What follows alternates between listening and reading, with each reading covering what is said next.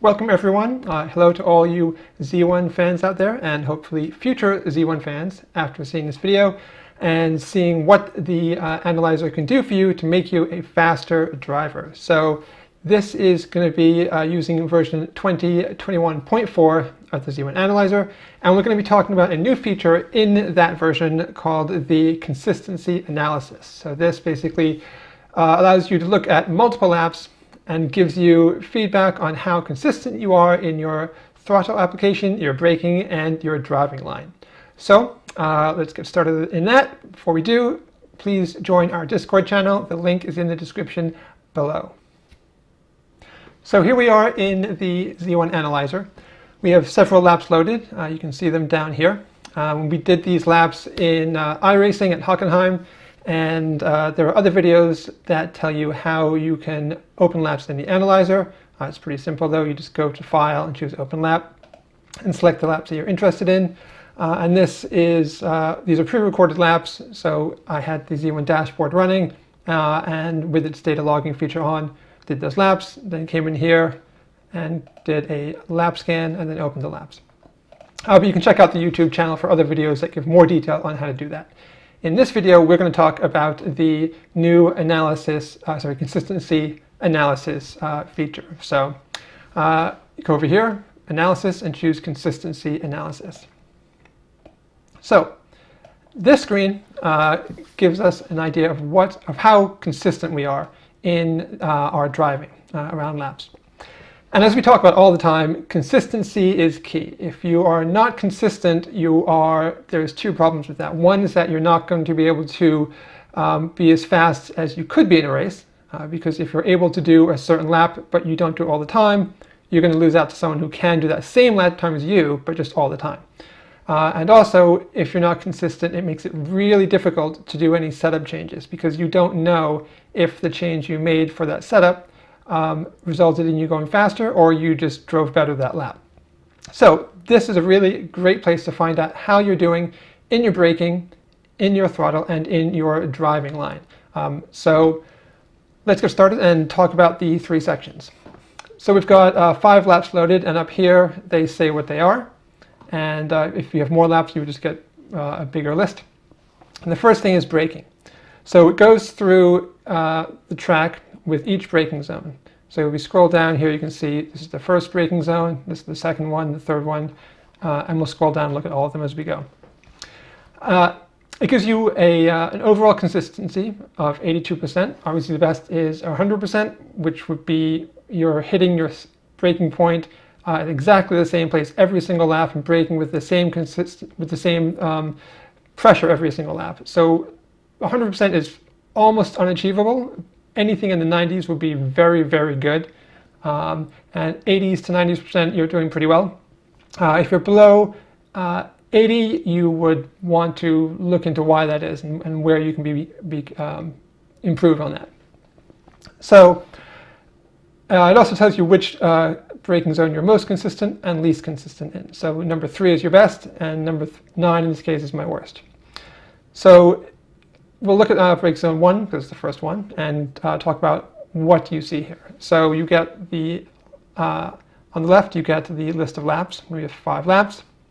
And then on the right, you have just a thumbnail of the track map with where this braking zone is to make it easier to see what we're talking about. So then there's 3 metrics for braking, which is your average braking, the maximum braking, and then the braking graph. So the maximum braking is the maximum percentage of braking that you achieve in that turn. So 100% would be full on the brakes and you're giving everything you can to stopping, and 0 is you're completely off the brakes. So in these turns, it shows here around 58%, 77%, 55, 65, 64. So that's, a little bit inconsistent. This 64, 65 is very good, but then I'm here in the high 70s, here in the mid 50s.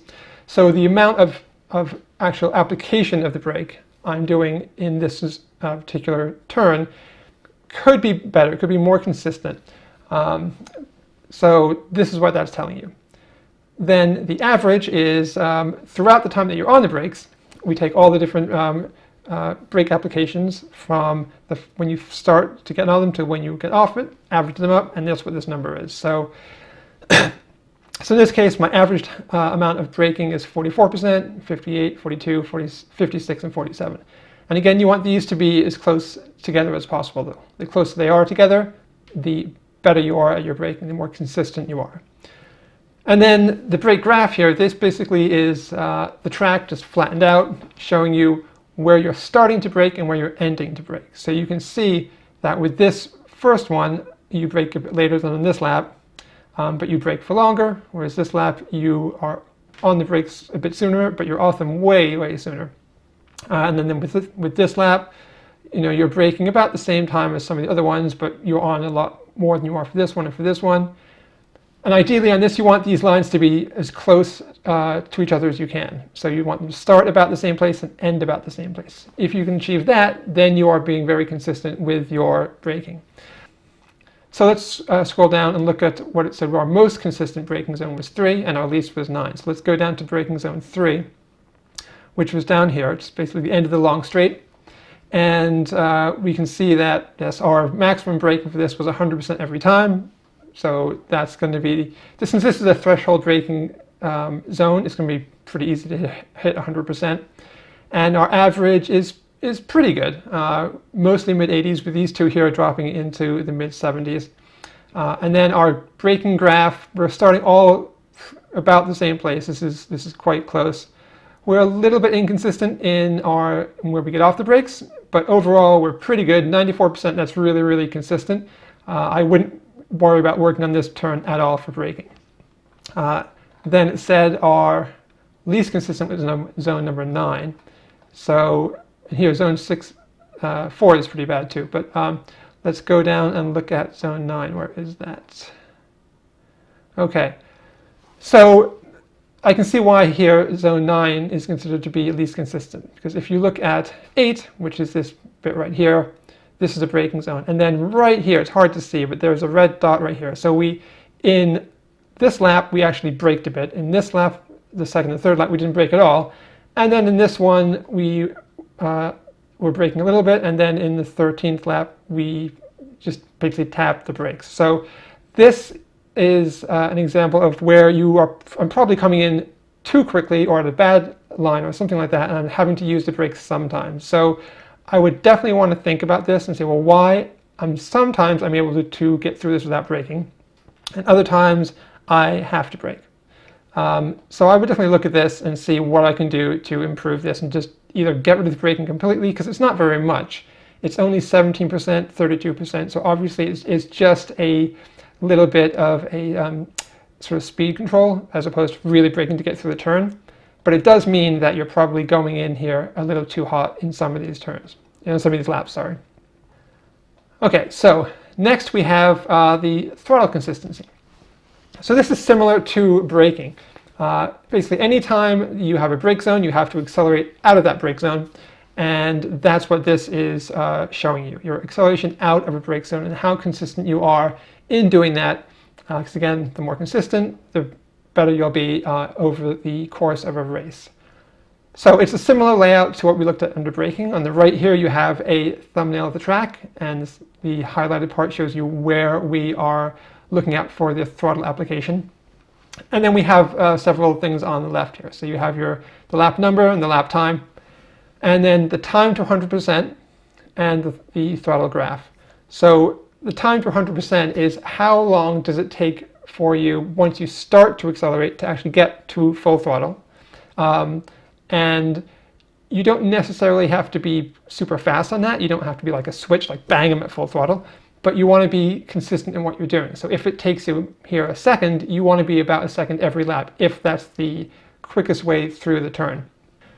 Next we have the throttle graph. This is similar to the braking graph, and it's showing us where you start to get on the throttle, which is where the red ends and the black starts, and where you get to full throttle, which is where the black ends and the green starts. And again, it shows you your overall consistency of 65%, which isn't that great. I could probably be better here. You want to aim for 80 and above. 90 and above would be fantastic, but if you can get 80 and above, that's really pretty good. And then I'm best out of braking zone 2, and I'm the least consistent out of braking zone 3. So we'll just quickly look at those ones. So this is zone 2, and it's the coming out of turn 2 here onto the long straight. And if you look at it, I have my graph here. I'm starting, these 2 laps start pretty much the same place. These guys a little bit later, but I end fairly consistently about the same. I'm getting back to full throttle mostly around here. This one took me a little bit longer. And my time to get back to 100% is within like about 2 or 3 tenths of each lap is pretty consistent within that 2 or 3 tenths. So this is pretty good. I wouldn't change anything that I'm doing here. It looks like I'm doing a good job. Now my least consistent one, well, 20%, so I'm doing a terrible job really, down here coming out of this turn. So this particular lap, I took 0 seconds, which basically means I went like from brakes immediately to full throttle. And for whatever reason, it actually worked because this is a pretty quick lap. But it might not be the best thing to do. You'd have to check out your line and things like that and tire temperatures because you might just be killing your tires. But I would definitely look at this and see what's going on, because if it's possible to get back that quickly, then I'm going to do that every lap because this is a long straight following after that hairpin. The other laps are, again, these 3 are pretty consistent, laps 16, 14, and 13. 15 is sort of another aberration. It took a very long time to get back to throttle, and I started trying to get back quite soon. So probably what happened here is I tried to get back into throttle quickly and found that I couldn't really get back to full. I had to wait a long time actually to get back to full throttle. So the final one we're going to look at is the driving line. And this one is looking at how similar each line is that you take through every turn. And you want to be as similar as possible, again, because one of the laps is going to be the fastest way. And if you're not always doing that, or sometimes you're off the apex, or sometimes you're way too close to it, or whatever, that's not going to be, you're not going to be fast every single lap, and that's what we want. We want to take your best lap and make it happen all the time. So again, you get your overall driving line consistency, 89%, which is pretty good. And I would say anything over 90 is excellent.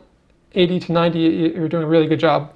And if you're below 80, you'd want to spend more time looking at what you can do to be consistent in your driving. Like, why are you inconsistent?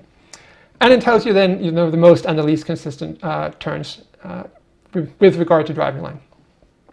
So we'll just quickly look at turn 1, and then also we'll go to turn 11 and turn 7 based on what it says here.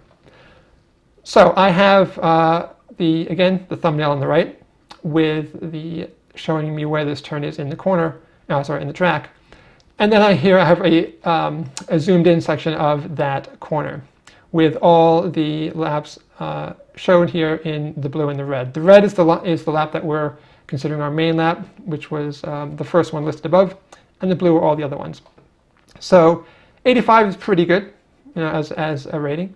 You can see most of the time coming through here, I'm just about at the apex. A couple laps here, I just completely jumped over the curbs.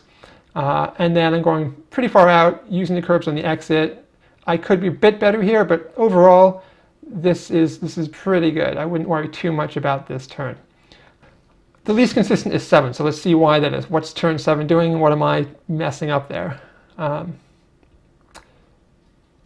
So turn 7, so that's coming out of this little kink here onto this sort of short straight.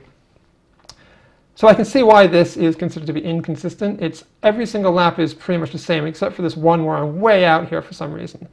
So even though most of the laps were consistent, I am occasionally doing something crazy and being like, a whole car length off where I should be. So I would look at all these laps I did here, and that's where I want to be. And this one was sort of an aberration. And this actually makes it easy to see what's correct, because every single lap here was pretty much the same, except for this one.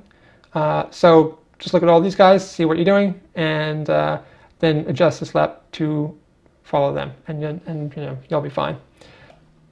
So that's the braking, the throttle, and the driving. One quick thing, if you're interested, you can just click on the little headers here to collapse a section. If you're only interested in one of the sections, it gives a quick way to get to it quickly. And if you need sort of a refresher on what any of these do, just click on the show instructions, and this tells you what everything does and what you should be striving for when you're looking at this consistency. So hopefully this has been a useful video. We wanted to do a couple more like this where we're discussing how the analyzer can help you become a better driver, because that is a main focus of it, is not just to show you all the telemetry and the scatter plots and things like that, but to actually give you advice on how well you're doing overall as a driver and what you can do to improve and where you should be looking to improve. Because sometimes it's difficult to know, well, where do I find that second or that half second?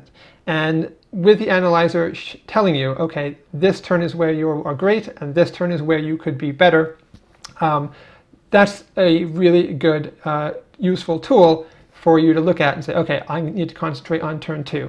And when I'm on track, the thing I need to concentrate on in turn 2 is my braking or my driving line or whatever it happens to be. So thanks for watching the video. Please like and subscribe, and don't forget to join our Discord channel where you can get lots of information about the Z1 software, talk with other people who have similar interests, share your rigs, and all sorts of stuff like that. Thanks, and we'll see you in the next video.